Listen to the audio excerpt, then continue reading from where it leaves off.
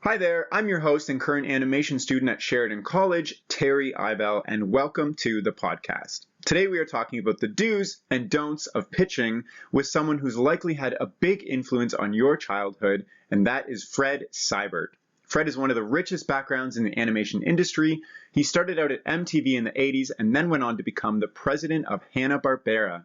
After that, he completely revitalized Nickelodeon into what it is today before founding his own studio, Frederator Studios, which has since produced 19 animated series and hundreds of shorts for Nickelodeon, Cartoon Network, Netflix, and many other channels. Some of those shows include The Fairly Odd Parents, Adventure Time, which is one of my personal favorites, and Bee and PuppyCat, just to name a few. So Fred, thank you so much for being here today. How are you doing? I'm doing great, Terry. Thanks for having me. Great. So let's kick things off. What kind of stuff did you grow up watching that got you interested in the animation industry in the first place? And while you're at it, maybe you can enlighten us on how you got into the business too. Sure. Well, just briefly, I was among the first generation of TV watchers. I was born in 1951. I had one of the first televisions in my neighborhood, and the animation that was on was almost entirely recycled theatrical animation. And that went from literally silent Farmer Gray cartoons with loops of music behind it that were just terrible, up through Looney Tunes, Disney, the early Hanna-Barbera stuff, which had a huge impact on me, Huckleberry Hound, Yogi Bear, that type of stuff. And ultimately, the Flintstones, which came out when I was 9, was one of my favorites, of all time. So basically, it was the earliest generation of television cartoons from Jay Ward, from Hanna-Barbera, and then the recycled theatricals of Tom and Jerry, Looney Tunes, Disney, et cetera, et cetera. Yeah. So how did you get your start in the animation business? Well, it was a real circuitous route. Along with being an early television watcher, I was 12 years old when the Beatles came out, and I stopped watching cartoons entirely, 100%, and started chasing the Beatles and girls. And I, like everybody in my generation, I bought a guitar, taught myself guitar, and started rock bands. And, in those days, pop culture was determined by pop music, not by movies, not by television. And that was the path I was on. All I wanted to do was make records. And I did that for several years. When I was in college, I discovered jazz and added that into my equation, started making jazz and blues records. But I wasn't making much of a living. And so one thing led to another. I got a job in the radio business. And the job in the radio business led me into what was then the very, very early cable TV business. And that led me to being the first employee of MTV, or one of the first employees of MTV. And my job was doing the on-air promotions, in between, we think of it now in between shows, but in those days for MTV, it was in between music videos. The problem was, since we had no shows, I had very little to promote except for MTV itself. And one of the things, because we were basically the equivalent of radio on television, I asked my boss one day, well, I assume we're not going to have jingles like, Top 40 radio. What are we going to do? And he said, well, once we have a logo, we can animate it and we can do little funny animations. And I said, okay, great. What do you think that means? And he said, well, how about this? Imagine a cow grazing in a field, and a giant chainsaw comes and cuts off the cow's head, and the cow's head falls to the ground, and the veins are sticking out, and it's bleeding, and the cow opens its mouth and vomits, and in the vomit is our logo. Sounds like a hit. Exactly. I was like, okay, got it. You mean I can do anything we want? He went, right. And so, having never done animation before, I literally went to a film trade magazine, a commercial magazine, and I wrote down a list of 100 animation companies that made animated commercials around the world, called in their reels, and started meeting animation companies. And one thing led to another. And by the time we were done, we had made, over the next 10 years, 1,000 of these little 10-second animated IDs for MTV, Nickelodeon, Comedy Central, Showtime, the movie channel, like all over the place. And that gave me my first professional exposure to animation. Wow. Yeah. And then so from MTV, how did you get into Hanna-Barbera? Well, make a long story short, I quit my job at MTV really early on because I didn't like working for a corporation, started my own company with a partner. We started doing a lot of this television branding and all that, and we did that for 10 years, did incredibly well, rebuilt Nickelodeon, helped invent Nick at Night, Comedy Central, et cetera, et cetera. But after about 10 years, my partner and I got sick of the job and sick of each other. I quit. I closed the company. And about 24 hours later, a friend of mine at Ted Turner's company called up and said, hey, we just bought Hanna-Barbera. They haven't had a hit in 10 years. Why don't you come and run it? And I was hesitant because I'd never, I'd made little logo animations. And I'd never seen a script or a storyboard for a character. I didn't know really anything about it. And then I looked at my watch, and believe it or not, almost coincidentally, my watch had pictures on it of Fred Flintstone, Yogi Bear, Scooby-Doo, and Huckleberry Hound. It was 10:35 in the morning, and I said, I still have 3 months before I close my company entirely. He said, we'll wait. And the first time I walked into the Hanna-Barbera studio, I was president of the company, having never been there in my life. It was one of the wackiest things that ever happened to anybody. So you, I mean, yeah, and it's obviously been a few years since then, and you've been to Nickelodeon and started Frederator.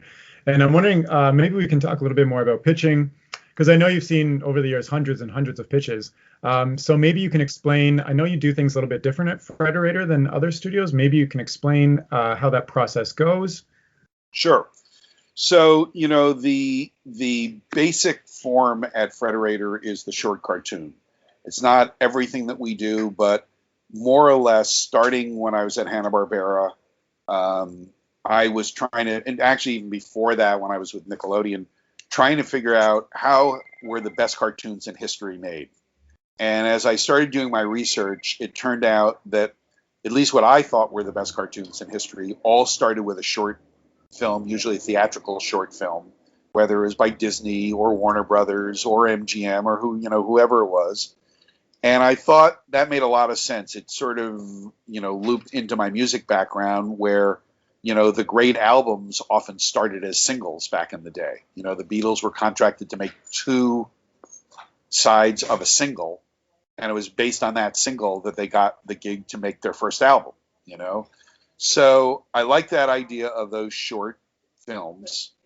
And I started talking with people who knew a lot more about animation than I did. And they kind of explained to me that it's less about the idea than the execution, right? Like everybody's got an idea for what they think would be a great character and a great story, but 99.99% of great ideas turn into nothing because the people don't know how to execute. And so the conclusion that I came to, based on a lot of history, especially with the older animation folks from the 30s and 40s and 50s in Hollywood, was you got to see a storyboard. So at Frederator, what we made as an article of faith is we will take a pitch of any form that anybody wants, but if we're going to make one of these short films, you have to show us actually what is the film going to be. Not what the idea is, not a couple of drawings, but you really need to do a beat board, not a full production storyboard, but basically a beat board that shows like all of the dialogue, all of the action, the beginning, middle, and end of the story. And by the way, it has to be to length. If you're going to make a 7-minute film, the board's got to be for a 7-minute film, not for a 20-minute film that you can cut down. So, and then the last piece is we insist that the creator has to actually pitch the thing out loud to us, right? It's not enough just to send in the storyboard, because one of the things that we have seen over and over again is that when a creator is pitching that storyboard, you have an idea of how do they want to pace it? How do they want to phrase it? What is the trajectory of the action? What is the rhythm of the action? Which a storyboard doesn't give you the entire picture. It really just literally gives you the picture. So figuring out what is in the eye and ear of the creator became really critical to us. So even if, we have a short that has done incredibly well for us this year called The Summoning by a woman named Elise Castro in Brisbane, Australia. We've never met her in person, but she pitched us her storyboard over Skype, and we did all of our production meetings with her over Skype. She, met the showrunner and director and timing director, art director, all over Skype. And so everything is done really person to person all the way along the process. Great. So with The Summoning going forward, are you going to continue to work over Skype with her, or are you bringing her in, or is she flying down? Are you flying down there? Well, it's a funny thing. I actually have a Skype call with her tonight to discuss just that. Well, there you go. From what I can gather, she has a day job. She is not a filmmaker by trade, unlike most of the shorts that we make or series that we make. So it's really going to be up to her as to whether she wants to stay in Brisbane and do it that way, or whether she wants to come and operate either out of our LA studio or our Vancouver studio. That is a work in progress. Nice. So it sounds like at Frederator, the pitches are very personalized, and you get a real feel for what the creator has in mind for the show. Versus other studios, what is the main difference there? Well, you would have to ask other studios. I'll tell you how we think about it, which is we do not think of a show, of a short, of a series as product. We think of it as a filmmaker-driven process. In the fancy-dancy world of feature films, there are some people that could call it the auteur process, but it is not. As much as filmmaking is a collaborative medium, we believe that collaboration has to have a leader, and that leader to us is always the creator of the picture. And so we give them enormous amounts of latitude over making the pictures that they want to make, because frankly, we don't come to it with a preconception of what we think their film should be. They come to us with a vision of their film, and we look at our job as to support that vision if it comes into alignment with what it is we want to accomplish. Okay. So thinking back to all the pitches that you've seen, what is a point in the pitch where you immediately go, okay, this isn't going to work out, or like, what are some of the don'ts for pitching that you think of? Yeah, I'm not sure that there is a point that you make that decision, right? I'll tell you from my standpoint, I'm not great at story. I certainly don't know all that much about animation. It's not like I'm an artist or an animator. I'm definitely not a writer. In fact, I don't really know how to do much of anything other than watch the film, right? And what my marker is at the end of the picture, have I fallen in love with a character, right? I would say that, the great majority of the competent pitches we get, remember, we get a lot of pitches from people who have literally no idea what they're doing.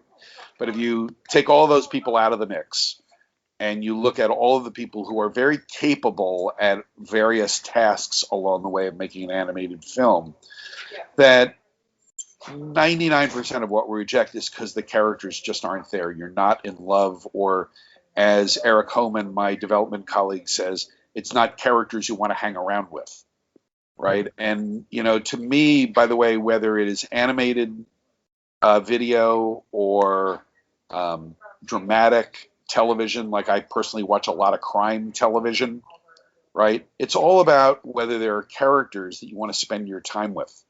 over and over and over again, episode after episode, binge after binge, are these characters that you have some kind of feeling for that you want to spend more time with. And by the way, that can be comedy characters like, the great majority of the work that we do. It can be dramatic characters like our series at Castlevania, and, whether it is Trevor Belmont or Dracula, or it's The Sopranos or Peaky Blinders, right? No matter who these characters are, even if they're evil and weird and violent and murderous, if you want to spend time with them, that makes a great show, a great film, and something that you want to keep working with. That's how we look at it. Who are the great characters? Who are the great stories? Interesting. So, I've come across a lot of advice, especially online, like get to the action right away or introduce this element and blah, blah, blah. And you're kind of saying there's no hard and fast rules. It's just by the end, did I fall in love with the characters? Is this something I would watch? Yeah, because every filmmaker does what they do. It's interesting. If you look at the first short that Penn Ward pitched us for Adventure Time, which, by the way, I need to always say I turned down originally, right? It gets into it. It introduces you to the characters in the first frames of the film. And within 30 seconds, by the way, you're in love with those characters, with Penn and Jake, and actually Finn and Jake is in the series. But on the surface, if you look at that short, it does not follow any rules of filmmaking. Interestingly, if you really get down to it and analyze it, it follows every rule. But one of Penn Ward's many brilliant capabilities is not making it seem like it's a natural progression of a film. It doesn't work the way that films obviously work. But ultimately, from our standpoint, from my standpoint, there are no rules other than, do I want to see more of these films? Do I want to see more of these characters? There are a lot of rules. And by the way, they're not bad rules to pay attention to when you're initially trying to think about stuff. But in the final analysis, if you don't have an instinct for the rhythm of a film, for the trajectory of a story, for how to establish your characters early, for how to make the story ebb and flow in such a way that you stay interested as a viewer, nothing else really. You can follow every rule in the book. I actually had a colleague who shall go unnamed now, that he would hand me a script. This is long before I got into animation. And I would read the script, and he'd go, "What do you think?" I go, "It's okay." And he'd get really mad at me and start pointing out that it followed every rule of a sitcom. I'm like, okay, it followed every rule. I just didn't care. And then he'd literally throw something at me, right? Because he did follow every rule. He had analyzed everything perfectly. He just hadn't brought those characters to life. In retrospect, when I look back on it now. He didn't make me care. Yeah, I think it's interesting because what you're saying is like the end product should make you feel something afterwards, rather than like, oh, I think, this kind of action is trending right now, or these characters are popularized in style or whatnot. It's more or less like, did I actually feel something at the end? I always joke that we are incapable at our shop of following trends, and that the result has been, over a 20-plus year period, we have ended up creating trends, because what we're really interested in, aside from great characters and great stories, which is, by the way, true, again, whether you're doing a multi-hour crime drama or you're doing a 6-minute short, great characters and great stories is always the bedrock. But ultimately, we're looking for people who have original voices, who speak in that their stories and characters speak in such a way that you go, boy, that's something, I've been waiting for this my entire life. That's one of the reasons we love Bee PuppyCat so much, is anyone who listens to Bee PuppyCat, aside from relating to Bee, and her friends, perfectly, there's something, and I don't mean in the acting voice, I mean in the voice of the film, that makes you just really, you want to spend time with these characters, and you really do feel like you are in it with them. And, while the conventional wisdom for the last 15 or 20 years we've been trying this is that young women have no interest in animation, we keep saying it's because, often it's not young women making animation, it's, men making animation for young women from a male point of view.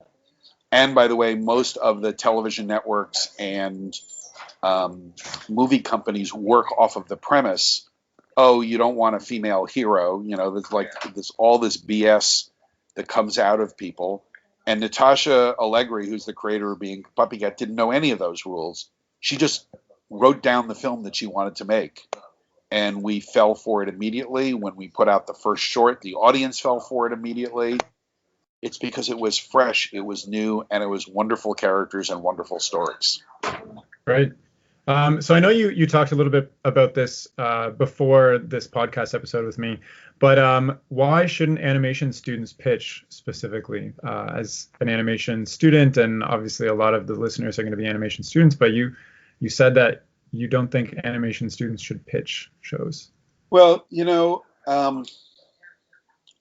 first of all, look, everybody would like to have something with their name on it and create the next Adventure Time or the next SpongeBob or the next Mickey Mouse, whatever it might be.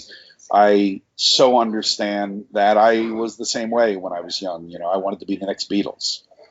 But the truth is that, except in rare exceptions, and there are great exceptions, filmmaking is a collection of life and experience. It's the way that you find great characters and great stories. And usually students are students for a really good reason, which is they are still in the process of learning, and they are still in the process of becoming, just as human beings.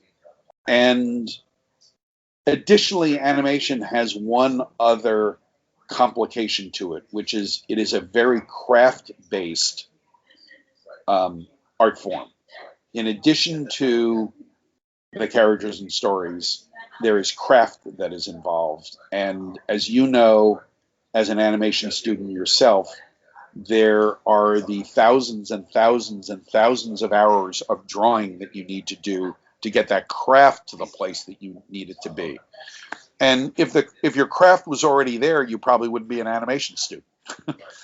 So I think that, often the best thing to do is to learn everything you can about that craft, and then get some kind of mentorship under story people, right, in addition to artist people, so that you can figure out, like, how do you structure a story?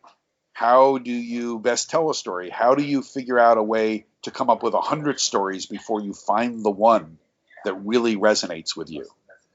And in rare exceptions, we have been lucky enough to have some of those exceptions. Most of the films that we make, we've made 250 shorts over the years. Almost all of them have been made by people who have some filmmaking experience under their belt. And not just personal filmmaking experience, but also professional and commercial filmmaking experience. And so my recommendation always is to really get involved in productions of other people and watch carefully, what do they do right? What do they do wrong? What do you agree with? What do you disagree with?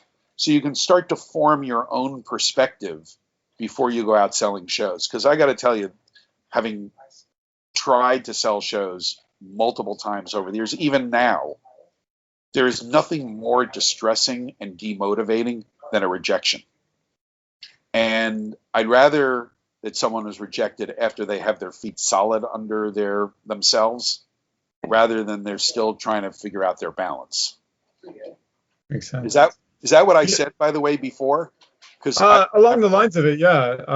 I really liked what you said about finding a story person and an art person to mentor under. I think that's really great advice too.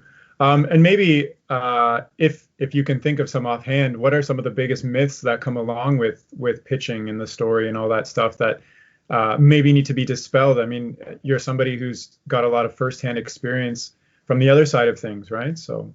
Well, I think I can only tell it from my perspective, right? So I'll give you a couple that just rankle me in particular. Okay, shoot. This is the next Adventure Time, or this is the next SpongeBob. What do I need the next one for? I already got the first one, right? Or the world already has I don't have SpongeBob, but if the world already has SpongeBob, what do we need the next one for, right? We, at least in our shop, we're looking for the next original voice, not the next version of something that somebody's already done. The other thing that happens, I would say, in a lot of our pitches is somebody comes in, they pitch us whatever, the characters, the story, whatever it might be, and they start telling us about the t-shirts and the video games and the toys. And they've drawn them out and they've shown them and they go, this show is going to have the greatest merchandising ever.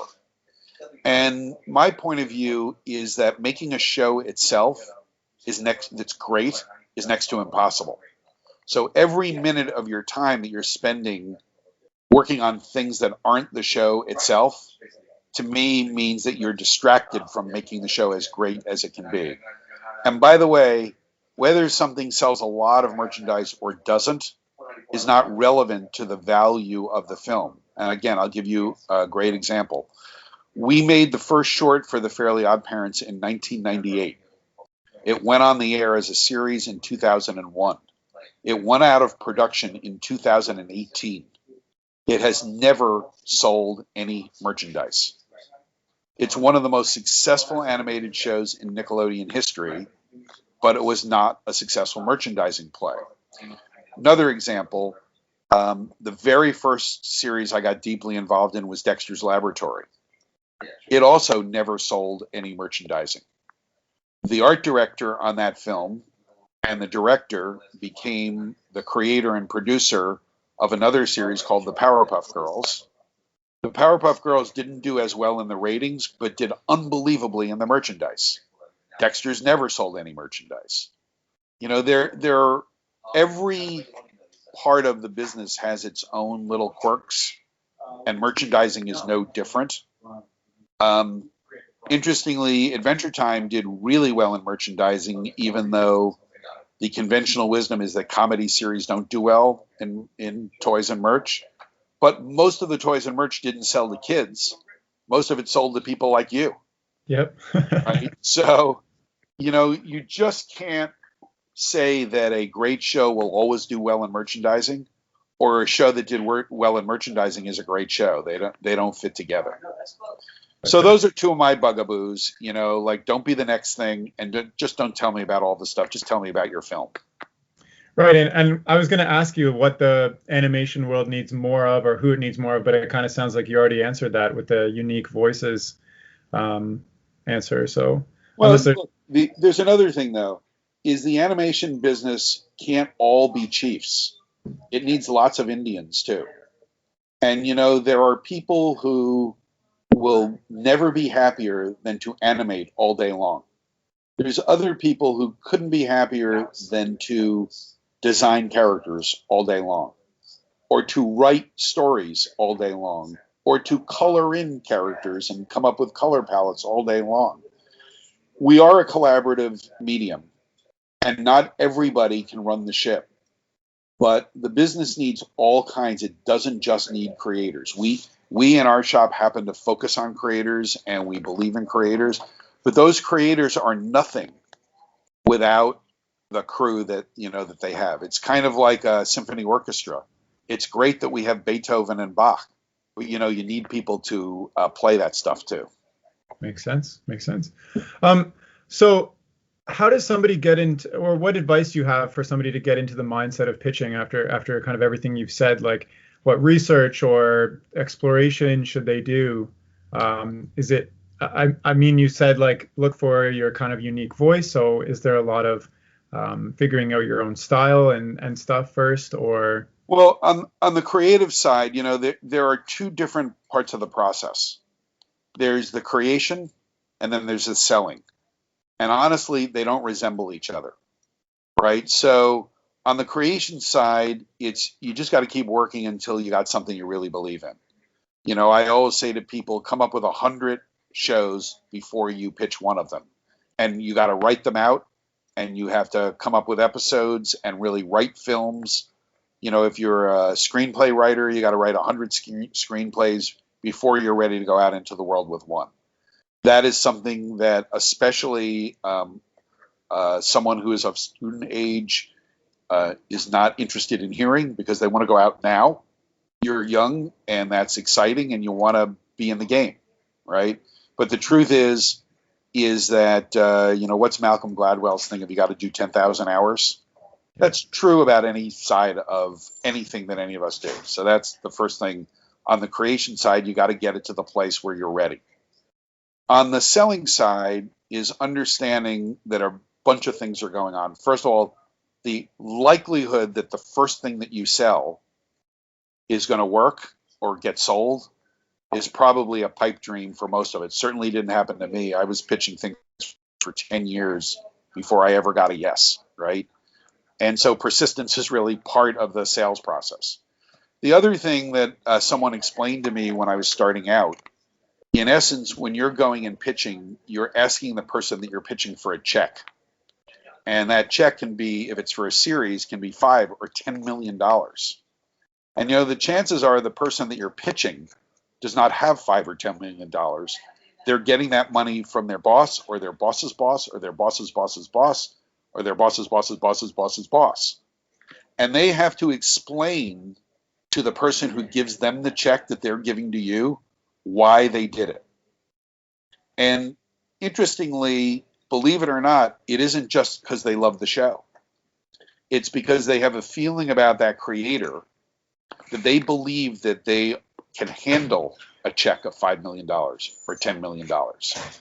So a lot of that is creating a relationship with the person who you are pitching to.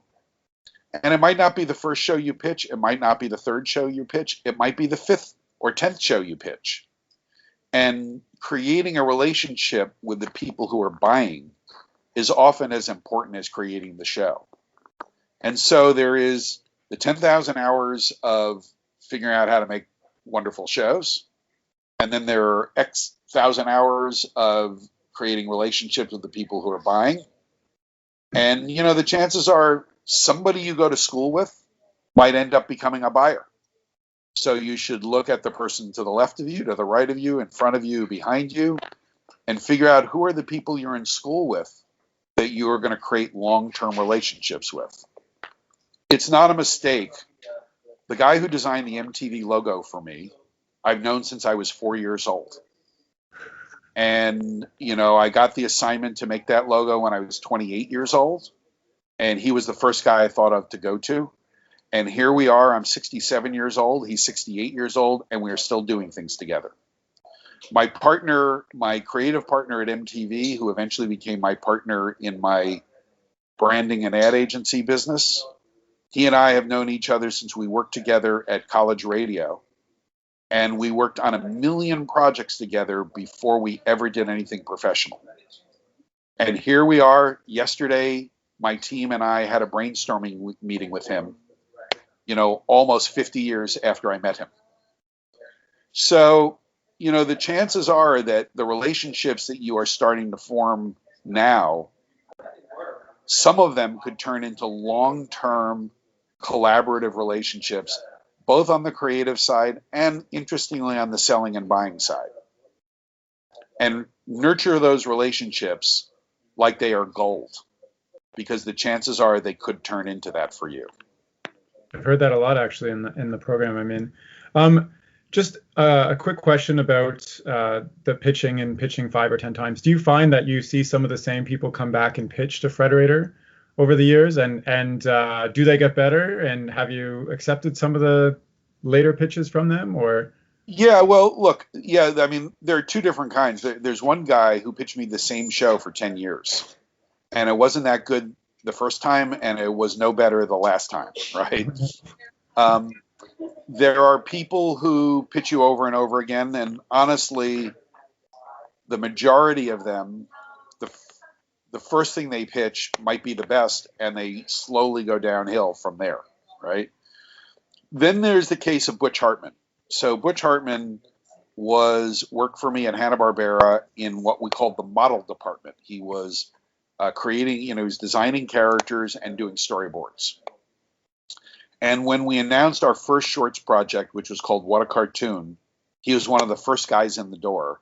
After a lot of delay, a lot of people were scared of the short show, that something like that had never existed in the business and they didn't know what to do. And he showed up, pitched us a short. It was a wonderful pitch. I said yes. It turned into one of the worst films we've ever made because he was inexperienced. But he came back again a couple months later with a new pitch. Also was a great pitch. We made the picture. It was probably the second worst film we've ever made, but it was better than the first. He did that a number of other times. Each film got a little bit better, but somehow or other they weren't as good as the pitches. And one day I said to him, you're so great at pitching your picture. How come the picture itself doesn't turn out that way? He goes, well, every time I've pitched you, there's something I'm not very good at. And I don't find out that I'm not very good at it until we make the film.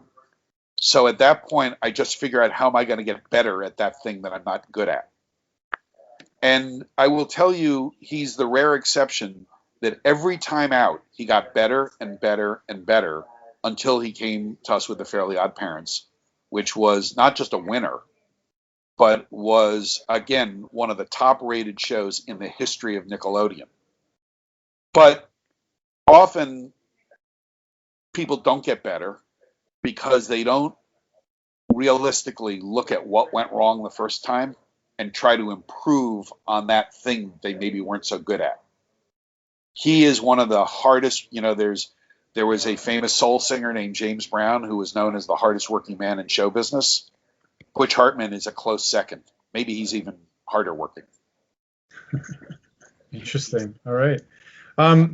So I had a bunch of questions about, kind of advice you have for students such as myself, and, number one thing to think about as I go forward into the years and eventually want to pitch a show or whatnot. Yep.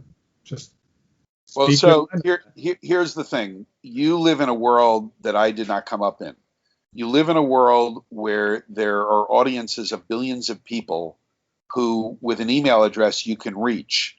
You can put your film on YouTube. You can put something on Instagram. You can put it on your Twitter feed. And there are millions, literally billions of people waiting on the other side of your email address for what it is that you have to say. And you can get a real life experience of making a film, putting it out in the world, and getting real feedback on that film to improve. The great thing is, if your film stinks, probably no one will see it. And it goes into a world of billions and billions of little snippets of video that will be ignored. So you don't need to feel bad if it didn't work, but you can learn from that experience. The other thing that I've noticed is that the first time somebody gets a day job, in an animation studio and stuff, they stop making their own stuff. They're like, this is great. I have a job. I'm getting paid. And they sort of leave their own filmmaking behind. In this day and age where technology is available to all of us for, $25 or $50, that allows us to do animation in a way that doesn't require, old Oxbury stands and film and development and editing things and all that. Like, you can do everything yourself. The idea that somebody leaves their own films behind for their day job, but expect to get a series is really, to me, just tragic. And the truth is, people really stop working on their own work often when they get a nice paycheck that allows them to go out and party all the time or give themselves nice dinners or, do whatever it is they do with their money. So my point of view is, even if you get a great job when you're out of school, is keep working on your own stuff. Because the only thing that's going to get better about your filmmaking is if you just keep working at it. Be persistent. Okay, well, thank you. One last question. Are there any cool projects that you're working on that you want to talk about, or things randomly you want to say? There are so many cool projects that we're working on that I'm not going to tell you about any of them. Great. And part of that is, look, the reality is, if you ask, it's a rare parent that you ask, which of your kids do you like more? And the truth is that every film we make is really special. It's special to the filmmaker, and therefore needs to be special to us. And we look at them, all as really sort of special items that we have been involved in. In terms of literally what's coming up, we have a second series of Bee and PuppyCat, a brand new format, a brand new series that will be out in April, May, that period of time. We have announced a third season of Castlevania that will be coming out worldwide on Netflix sometime toward the end of the year. There's not a date that's been set yet for it. We have a series based on another video game for kids called Costume Quest that was developed by a video game company in San Francisco that we love, an indie company called Double Fine. And that will be out on Amazon worldwide sometime near the beginning of the year, somewhere between January and March, somewhere in that period of time. Series isn't quite finished yet. And then oodles and oodles of other things. Our colleagues at Rainmaker, launched 3 animated series on Netflix this year. The reboot of Reboot, the Barbie Dreamhouse series, the first Barbie series that's ever been put out, and an animated Spy Kids. And they're on work on a bunch of projects that are going to go out too. So all that stuff's exciting, and then there's more. You guys are busy. I didn't realize that there was going to be a reboot of Reboot. I'm going to be very interested in seeing that when it comes out. Yeah, I think in Canada it's on YTV, and eventually we'll hit Netflix. Perfect. All right. Well, thank you so much, Fred. It's been a real pleasure to have you on this podcast. Terry, thanks so much. Best of luck. I hope we talk again. Thank you so much. Now, just before we leave, I want to share how to get in touch with Fred if you have more questions, and that is very simple. You can just send him an email, just like I did, at fred@frederator.com. And that's all for now. Okay, bye.